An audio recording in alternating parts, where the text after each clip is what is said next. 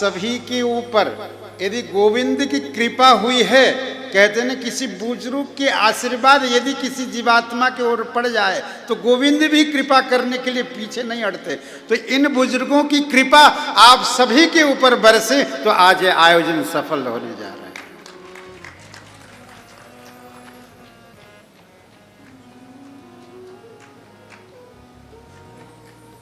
मैं प्रथम अभी पहली बार ही सत्यनारायण जी, मैं उस समय पहली बार ही आया था, तो आप सभी ने बहुत अच्छा स्वागत सत्कार भी किए। उस समय जब कथा का चर्चा, तो इन माताओं को, इन पिताओं को देख करके मेरे मन में भाव आया। अभी कल किसी ने पूछा भी था, महाराज जी आपको यही चयन क्यों किया? और मुझे बहुत कहा कि सिटी से इतनी दूर कौन आएगा, और धूप है, प्रचंड गर्मी है, तो इसमें भीड़ तो होंगे नहीं, तो आपने चयन ही क्यों किया ऐसी जगह जहां सिटी से दूर है, कोई आए ना आए भरोसा नहीं, कथा किसको सुनाओगे? फिर मैंने कहा देखो, चयन करने वाला ना तो मैं हूं ना तुम हो, हमारी क्या ताकत की हम स्थान की, भागवत भगवान को विराजमान करने स्थान की भी चयन, ये तो वही भागवत भगवान है जिन्होंने चयन करा ली। तो पूछा कि सुनेंगे कौन? मैंने कहा देखो, भगवान सुखदेव जब कथा कह रहे थे और राजा परीक्षित कथा सुन रहे थे, उस समय परीक्षित और सुखदेव कथावाचक बन के प्रकट हुए और वाले परीक्षित अकेले ही थे, और यहाँ तो 40-50 माताएं और पिता तो है, इन्हीं को सुना देंगे, मताओ कथा इनको ही सुनानी है। और रही बात स्थान क्यों चयनित यहां किया, यहां स्थान चयन करने का एकदम बहुत बड़े कारण है साहब। ऐसे ही मैंने नहीं कहा होगा, कुछ कारण है। मैंने जब प्रथम बार भागवत पढ़ा गुरुकुल में जाकर के, गुरुदेव के पास, हमारे वृंदावन में सुदर्शन जी महाराज सुदर्शनाश्रम वहाँ पढ़ाते थे, तो वहाँ जब हमने भागवत पढ़ने के लिए गए तो उस समय भागवत के लिए जब पढ़े तो गुरुजी का आदेश था कि देख बेटा, पहली कथा अपने गुरुजी को सुनाना और अपने माता पिता को सुनाना, ये आदेश था। क्योंकि हर कोई भी कथा यदि पढ़ लेता है और कथा योग्य बन जाता है तो गुरु का आदेश होता है, अपने गुरु को पहले सुनाओ, फिर माता पिता को सुनाओ, फिर समाज को सुनाओ, दुनिया को सुनाओ।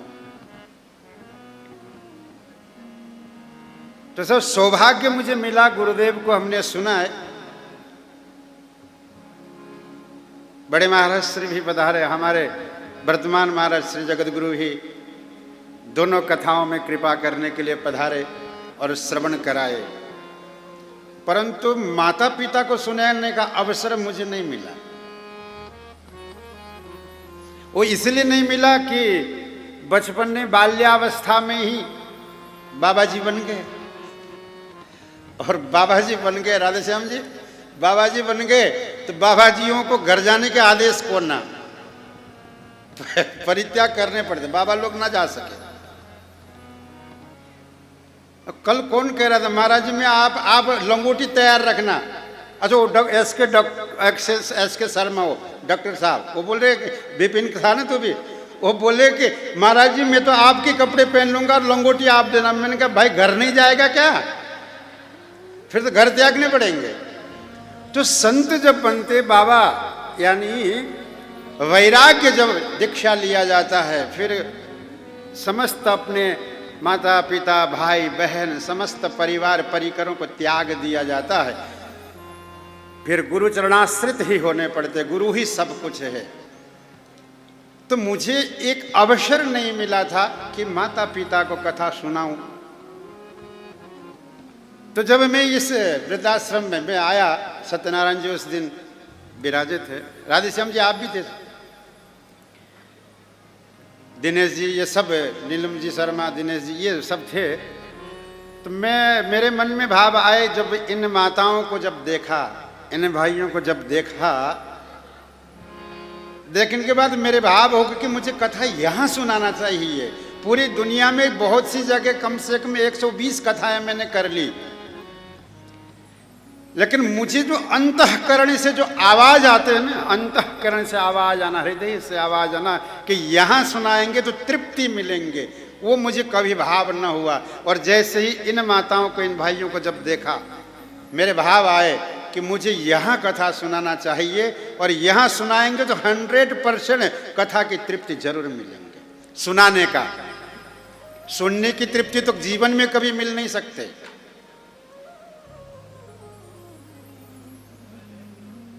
तो मुझे भाव आए तो मैंने कह दिया मुझे यहाँ कथा कहनी है, मैं सुनाऊंगा। वो मेरे लिए तो बेनिफिट है, वो इसीलिए है कि जब वहाँ यदि अपने माता पिता को सुनाने के लिए मैं जाता तो मेरी माँ एक ही माता पिता उनको सुना लेता, परंतु यहाँ तो मुझे 40 माताएं मिल गई जिनको मैं कथा सुना पा रहा हूँ। तो ये मेरा सौभाग्य है। और इन माताओं के लिए भाइयों की भी बेनिफिट है। देखो, श्रीमद् भागवत के महात्म्य में लिखा है कि विरक्तो वैष्णवो विप्रो वेद शास्त्र विशुद्धिकृत, यानी किसी संत के श्रीमुख से कथा सुनो, विरक्त हो। तो आप लोगों ने काफी कथाएं सुने होंगे, संतों के तो नहीं सुने होंगे। तो ये भी एक बेनिफिट है इन माताओं के, इन भाइयों को, इन पिता को, कि संत के मुंह से कथा श्रवण करने का सौभाग्य प्राप्त हो जाएंगे। फिर अब कथा कराएंगे तो पैसा भी चाहिए, फिर यजमान भी बनाने पड़ते हैं। फिर हमारे वृद्धाश्रम ट्रस्ट के समस्त ट्रस्टी गणों ने कहा था कि महाराज जी आप तो कथा करिए, जो खर्चा लगेंगे हम देंगे। फिर मैंने कहा कि मेरे मन से भाव उत्पन्न हुए हैं, मैं आप लोगों से तो लेना नहीं चाहता। जिस जगह कथा कहनी है उस जगह से भी अगर मैं लूं तो फिर मेरा क्या फायदा, फिर संत का क्या फायदा। कोई एक जगह तो ऐसा हो जहां त्याग सके, हाँ? तो यहां मैं न ले पाऊंगा, मैं नहीं लूंगा, पर कथा मुझे करनी है। फिर सभी ट्रस्टियों ने समय के लिए बोला कि आप जो समय आपको अनुकूल लगे आप समय ले आइए, हम आपके साथ हैं और बहुत दिव्य कथा होंगे, आप निश्चिंत रहिए। इन ट्रस्टी, सभी समस्त ट्रस्ट के पदाधिकारी समस्त ने कहे, इन माताओं ने, भाइयों ने भी कहे कि महाराज हम सुनेंगे कथा, आपकी कथा। सेवा में लगे रहना। डाढ़ साहब दिख नहीं रहे अभी, है क्या डाढ़ साहब? क्या कहना, क्या कहना। ये तो एक प्रकार से ये समझ लो कि मुझे ऐसा लगता है इनकी जो सेवा देखता हूं, इस संसार में जितने भी वृद्ध हैं सबके पिताजी यही है। ये इतनी अच्छी सेवा करते हैं। अब मैंने सुना कि जो प्रसाद नहीं पा सकते उनको अपने हाथों से चूर करके ये खिला देते हैं। ऐसे सेवा भावी, धन्य है इनके माता पिता, और ये धन्य है जो ऐसे सेवा करते हैं साहब। तो सभी ने कहा कि बहुत अच्छा लगेगा, आप सुनाइएगा। तो